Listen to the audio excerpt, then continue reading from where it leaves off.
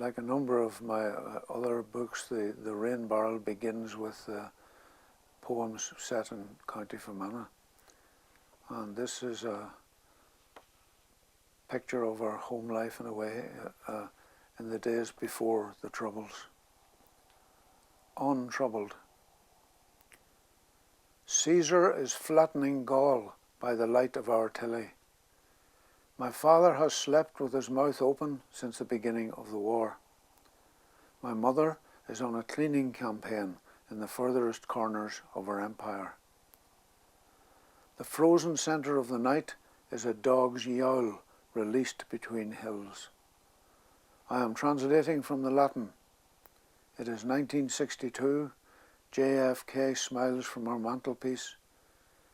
Before the decade is out, we will fear the unmarked car in the lay-by, the live device thrown into the garden. But on this quiet night, logs are burning out in the stove, and a dog in the hills is fashioning a winter elegy. In this poem called Under Fire, I imagine essentially a First World War soldier approaching his death. Under Fire. We know how his last and shortest poem ended.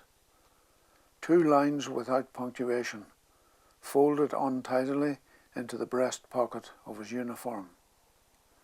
A half-rhymed, blood-stained couplet in which he records that the trenches are open graves and that the cold running through him means he has begun to die.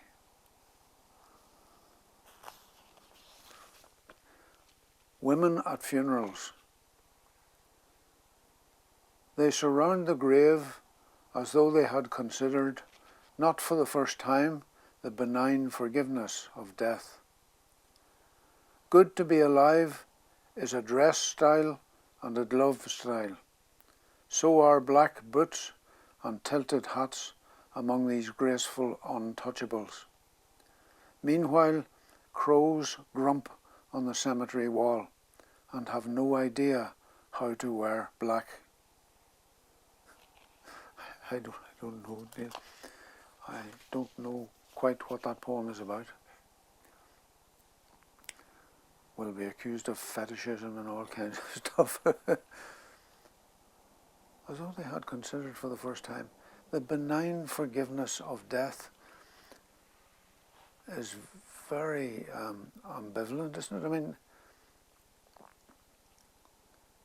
is it to do with them forgiving death in some sort of way? Or is death thought of in some sort of way as benign? How, I don't know. It's just one of those poems that comes to you and you find it hard to make out yourself what it's about or what your intentions were.